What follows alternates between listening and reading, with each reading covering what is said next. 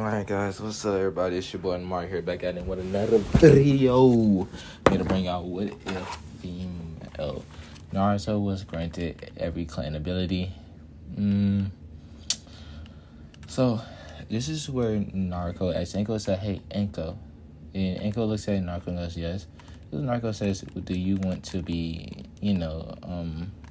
She started to fidget around and be like part of my clan." This is where Enko will look at Narco for a second, and she then says, "Sure, why not? I don't see anything wrong with it." And this is where, oh my god, okay, this is where,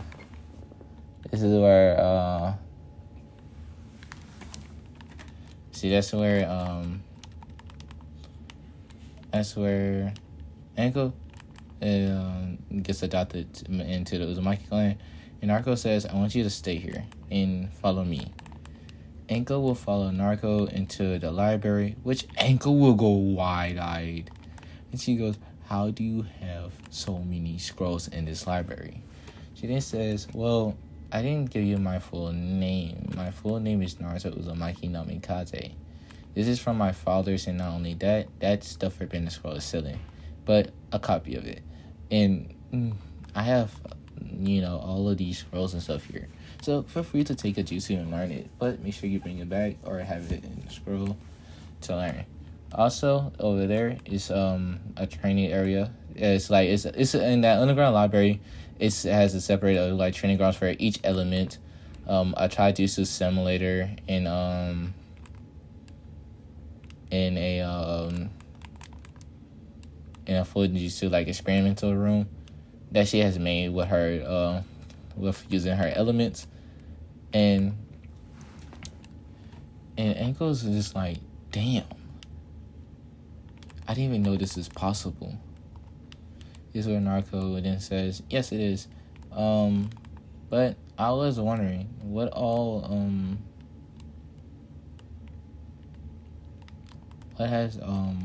do you know so far? Or and also, have you and over there," she points into a certain area. She says, "That's the weapons room. I've made a lot of weapons over time, and some of them are used snake skins. Like right there," and she points to that sword. It's like the Kusanagi, but way stronger, because any kind of skin are stronger than the snake skins that Shimaro summons. This is where basically this is where Enko then smiles and says, Can you make extra of those?" That's when Narco then says, "Go ahead and pick up that sword and see what happens."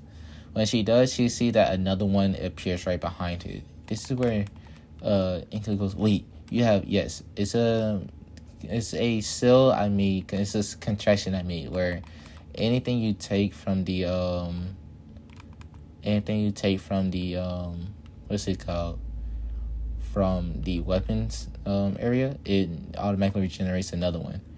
Same with the kunai pouches and stuff. It's filled with kunais, shurikens, ninja wire, flash bombs, or explosive flash tags, smoke tags, smoke pellets, first aid in that backpack and bag over there, and tents. And just Enko's like, damn. Then this is where Narco says, "Also, if you have paperwork, you see here, this is the computer, and that's the printer. You just do the paperwork there, and voila. But before you do that, you scan it with this. This is what I call this is a bracelet. In this bracelet, it can monitor your health, what is wrong with you if you're injured. It can change your chakra from normal chakra to healing chakra." And not only that, it can copy down the paperwork you have to do on paper, so you can do it on computer and print it out very easily. It'll make everything a lot easier. And she shows her how to work the computer. And Enko, she was smile. She goes, "This will make everything easier, especially for the Hokage if you were to do it for him." This one Narco then goes, "Well, I would, but he doesn't need to know about that yet. Even though he's been down here, he hasn't seen everything. He doesn't really ask me to show him everything. He just asked me to show him my jutsu library since he's seen that my house got bigger." This one Enko smiles and says, "Well, I'm a Earth Fire Affinity, so where is the Earth and Fire section at?" She then says, "Oh, it's marked on the bookshelves. If you just look on the bookshelves, it'll go from Earth and all the way Earth from D to E to S rank. Same for the other ones. And if you see a combination shelf, that means those are just combination jutsus that are able to be worked and used together to make stuff stronger. And right there is the technique, strategy, due to it having the shogi board on it. That's symbolized strategy. So that's for any strategies for any situation. So yeah, this is where Anko should go. Damn. And Naruto should nod. This is where like Naruto should nod and goes, yeah, no, it's very good that I did all this. This is where Anko then says, this is the best clan I have seen so far, and thank you for accepting me to be part of your clan. This is where this is when Naruto goes, no problem. This is when Anko then says, how could you? This is where Naruto says, well, good. Like, coming from the QB, it said that I'm around high Jonin level. No, low Jonin level. In, like, just straight ninja stuff. But experience-wise, I don't have any. I've been in the Force of Death since I was a little kid, and I mainly hunt. Which is why you also see that the food here is mainly meat back there in the back where there's a little bit of cover, but has, like, a glass at the top. On the windows, that's where I have the food growing at, in the greenhouse in the back, and yeah, and over there is also my poison form next to it with like all the poison plants and stuff with its antidotes, and the next one across, it's labeled as well. When you enter, it's gonna tell you which one you're in. Anko, she'll nod her head and goes, I see. So and by the way, how Naruto dresses is her normal ninja outfit. And yeah. Then Anko then goes, Also, I like that outfit you have. Do you have an extra one? This is where Naruto goes, I don't, but I can make you one. And Anko would nod, and Naruto quickly makes her one. And Anko would then goes, thank you, Naruto. I greatly appreciate it. This is where Naruto goes, no, don't worry about it, big sis. And Naruto then says, also there's some books over there about politics. Due to me, if I ever do want to become a ninja or is forced to do something to a village, I can use politics against them. So yeah. This is where Naruto then says, hey, Anko ni. This is where Anko look at Naruto and goes, yeah, what if we asked the Hokage to let me go to a different village? AKA, what if like the sand village or the cloud village or the stone village? I can sneak in and steal everything they have. Well, not steal, but copy it. This is where Anko goes, that does sound like a very good idea. How about we go ask the Hokage to do it? And they will leave. And this is where Hiruzen then sighs and goes, again, Naruto, I understand that you have a Keiken Genkai that allows you to do this. And for now, I want you to do it with the same village, since it's the least hostile village. But be careful. Their Jinchuriki, from my reports from Jiraiya, said that she is very unstable. Naruto nod her head and basically, and she will basically leave with Anko, and Anko will basically just be there to not distract, but just to be there on the border. Just in case something was happening, Naruto needs to quickly get back. Anko could summon her thanks to her snakes being telepathically connected, like telepathically connected or telepathical connected, whichever one it is. Telepathic. I can't even say it right without like stuttering over it. Do I have like a list or something, or like just a folder or some shit? I don't know. I'm getting off track. Alright, so Anko would then Anko said, I'll be here at the border, but if anything was to happen, you let me know. And you don't have a headband, so they can't pinpoint exactly who you are. This is where Naruto will nod her head, and she'll quickly go. She will be there very stealthily. No one knows a thing. She still thinks on puppetry, their battle fans, their wind chakra studies, and just other stuff about their other clans and their Keiken Genkai. Sorry about that, excuse me. And this is where Naruto, she'll basically tell her snake to basically tell Anko to summon her back. And she also found a forbidden scroll. She will take that. Basically, she'll have all those stuff copied as And as they leave, this is where Enko, she will see all the different copy stuff that they got. This is where she'll say, "Damn, Naruto, I didn't know you were that good. I knew you were good, but not that good." And she'll say, yeah. Hell, if I wanted to, I could sneak into our village and they won't even know. I mean, that's what I did with the other scrolls, like even from the other clans in our village. His Enko says, "No wonder why your clans on the Yamanaka, Yamanaka, Akamichi, Aburame, and all the other clans." She then says, "Yeah, I also have my own hive." And this is where she then shows like poisonous bugs. And Enko goes, "What the fuck? How did you get those?" And then she says, "Well, I just took one of the hives and I just let one of the beetles go inside me. And it wanted to come inside me also. And hey, look. And also, I have made my own metal beetles that also come around me." But basically, when they get back, they report to Hiruzen what they found. Hiruzen then says, "Alright, Naruto, I want you to keep all of it inside of your library. I know it's going to be very hard for someone to get into, and I know Enko is also part of your clan, which is why she now lives with you. Also, Enko, Kurenai, Yugao, and Hana are looking for you. And they went into the forest of death and couldn't find you. And they've just been worried about you recently." This is where he then says, "I also told him that you were adopted into the Uzumaki clan." And Enko goes, "Oh, okay, cool." And basically, Enko, she'll be leaving out of the Hokage Tower, where Yugao, Kurenai, and Hana were now coming back from searching. And this is where they say, "Enko." And Enko see them go, "Oh, hello, Kurenai. Hello, Yugao. Hello, Hana." And they will see Naruto with her. They never really seen Naruto around the village. This is where they go, "Enko, who's that?" And then this is where Enko says, "Oh, this is my little sister, Naruto Uzumaki. I have, as you know now, I was adopted into the Uzumaki clan." And that's when they go, she has a lot of weird markings on her. Naruto, she'll take offense to it and go, "Hey, these are my clan markings." And Hana goes, "Oh, I have clan markings too." As she shows her the little red triangles down her face. And Izuka, "Huh? Yeah, I have a little bit of that clan inside of me. Not a lot, but just a little bit."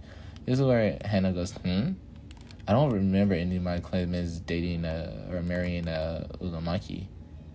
This is where Naruto goes, "Yeah." And this is what one of Hana dogs are talking, and this is where Naruto responds and says, "Yes, I know. And I know you can sense that I'm an alpha, so don't try that shit with me." And the dog will whimper as he feels her blood loss a little bit, as they all feel the blood loss. It's not that. It is pretty bad. It's pretty fucking bad, but still, like, it's for her. That was just a little bit of it, not even more than 25%. This is where Enko to put a hand on her and says, "You don't have to scare the dog." And this is when the snake will come out and go, yeah, there's no point. As it would then, like, basically just slither around her a little bit and basically come out her sleeve, and then someone looks at the dog and goes, it's quite cute if you look at it in a different light. That is very protective also of his owner, since he got in front of it like that. This is when Naruto goes, "Yes, it's the pack mentality." And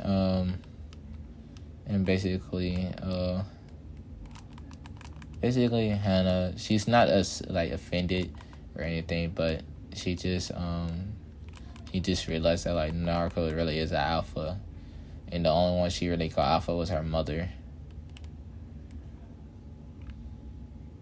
And this Hana then says, "My mother would really like you if you were part of our clan." This is why Hana says, "Well, if you're part of our clan, you can always come to our clan compound." This is when Tatsumi and Kiba both were walking to the Hokage Tower. Tatsumi wanted to take Kiba on a little bit of a tour, like just a training trip for a little bit, due to them having a break in the academy's semester. As she hears Enko says that, I mean not Enko, but Hana says that. This is where Tatsumi, she'll go, "Oh, so she's an alpha, huh?"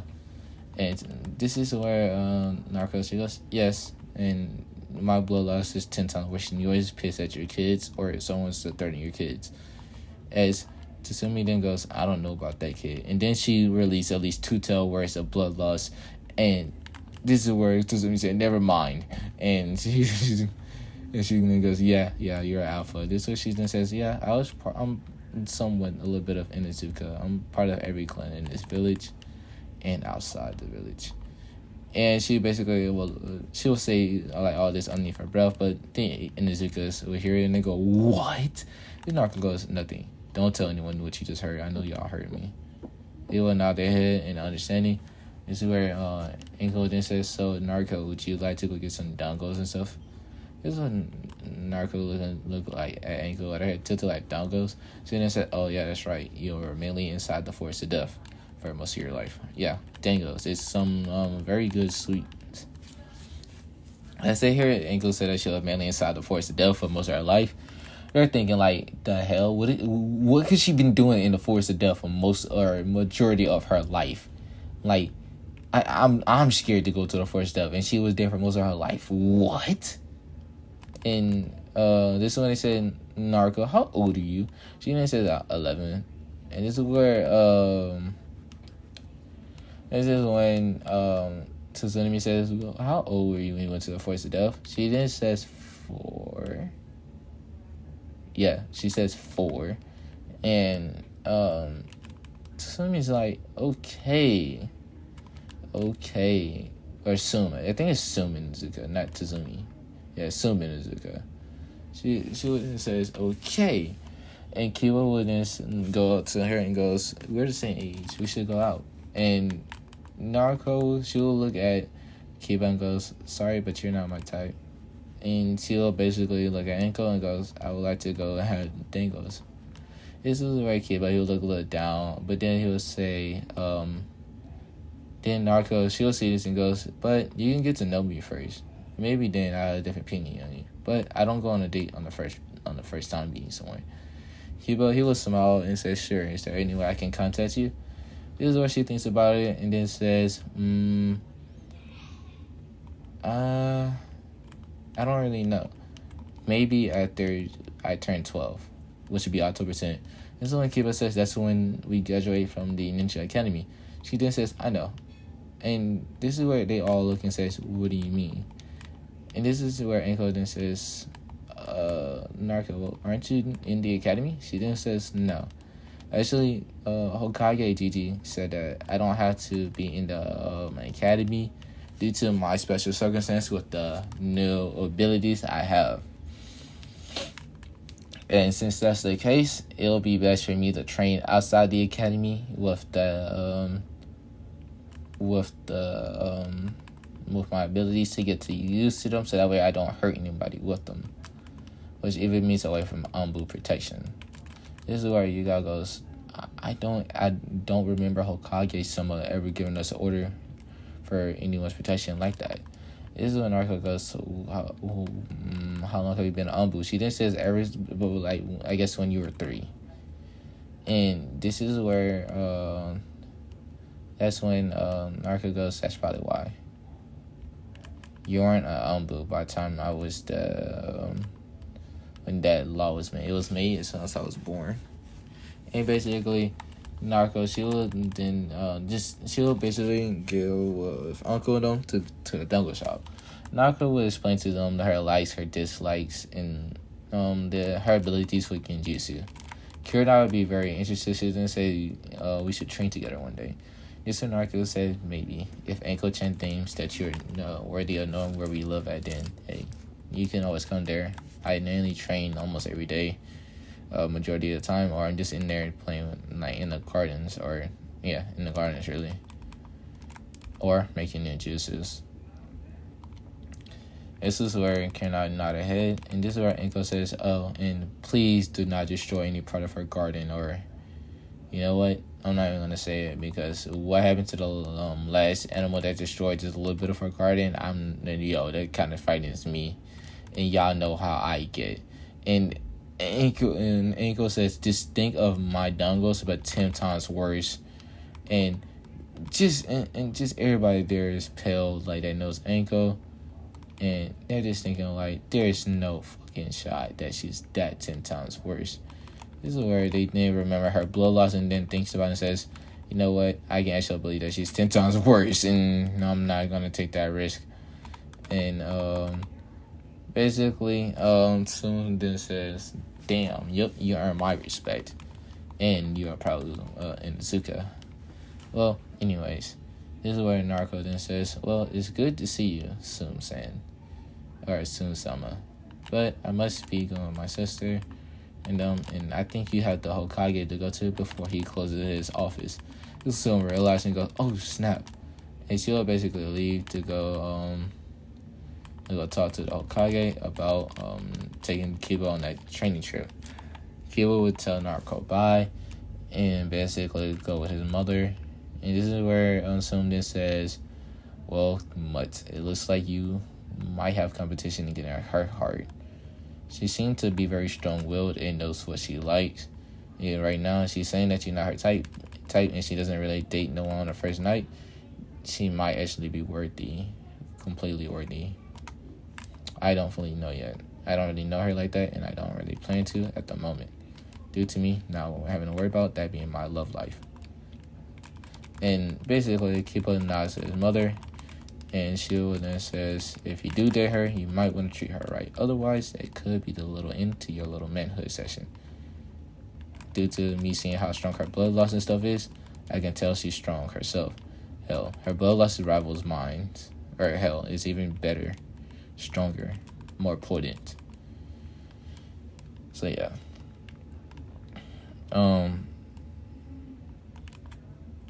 So yeah, how much time I have left? 21 minutes. Okay, so I'm at 21 minutes. I got a few more. This is where Kiba, he would then says, Mom, I want you to train me hard. I don't want any more kid gloves. I want you to go push me past my limits. Kiba's mom would hear this. She would give him a smirk saying, like, basically a smirk saying, oh, you done fucked up type smirk. And Kiba, he's at first thinking like, oh shit, I fucked up. But then he's like, oh well, don't really care. I need to get stronger. I'll never get Naruto if I'm not to my maximum strength.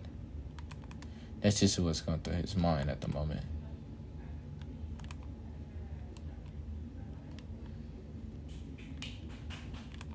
So yeah. So basically, Hiruzen know that Naruto is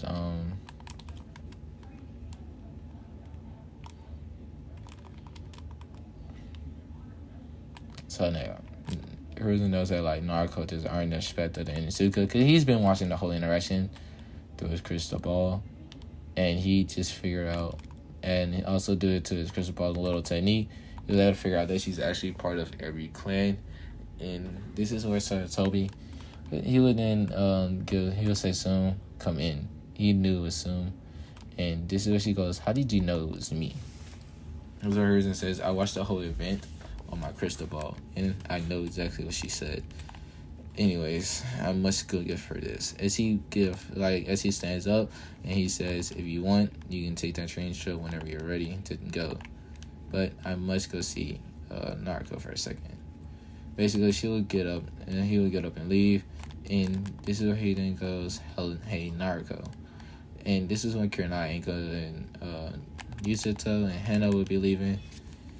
And they will see hers or their Hokage. This is where he will say, here, this is a post stuff.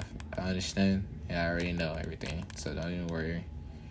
Since you are, take that staff, learn it. If you already know how to use it, then, hey, maybe you can teach my grandson one day and give him that staff if you don't want it. This is where Naruto, she will say, yo, grandson? This is where Hiruzen goes, yes. She would say, can I meet him? And basically, Hiruzen will nod his head again. He says, yeah, just come by my office tomorrow in the morning. I'll have him there. And basically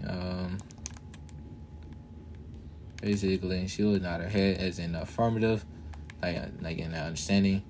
And the next day will come, and she'll be early in the morning, around 6, heading to the Okage office, where basically she gets there. She will see Kanamaru, and Risen sitting down. This is where she then says, "So this is your grandson. Well, hello. My name is Naruto Uzumaki. Want to be friends?" And Kanamaru, he then says, "Yep." And she then says, "Good. Well, do you have any training?" And Hiruzen goes, "Naruto, he's only 6 years old. He joins the academy next year." And this is where she then goes, "So I started training at 4." This is where Hiruzen said, "That's because you had some unexpected development." This is where Naruto then goes, and he's a ninja, or going to be a ninja, and he's your grandson on top of that. But not only that, he's gonna need to be strong enough to protect him from your enemies that you have made over the years. And Hiruzen then thinks about it. He goes, "Fine." And he says, "Please do not hurt him too bad if you train him." This Naruto goes, "I don't plan on hurting him. I'm not that ruthless. I just plan on teaching him a few things, like how to use the bow staff, and not only that, just simple self-defense until he's ready in chakra control." This is where Naruto goes. This is where Hiruzen goes, "Okay, thank you." And Kanamaru, he then says, also Kanamaru, I'm gonna have to about to flick you there and back, so just grab my hand." Kanamaru, he would do exactly as she says. He will grab her hand. This is where she would then use the body flicker technique to take them to her house. He would then say, "Where are we?" And this is where she would then says, "Well, we're in the forest of death. But don't worry, I live here. And right behind us is my house. But for now, it's time for me to teach you. First thing first. Taijutsu. Not taijutsu, but chakra control." And she jumps up, grab a few... she doesn't drop off. She'll walk up a tree, grabs a few leaves, and then say, "Do you know how to channel your chakra?" Kanamaru nodded his head and says, "I already unlocked it." This is where she would then say, "Okay, sit down." He would sit down. This is where he would then say, "Put these leaves all on your, put this leaf on your forehead and just keep it there. You need to channel chakra to your forehead to keep it there. And you concentrate on the leaf, nothing else."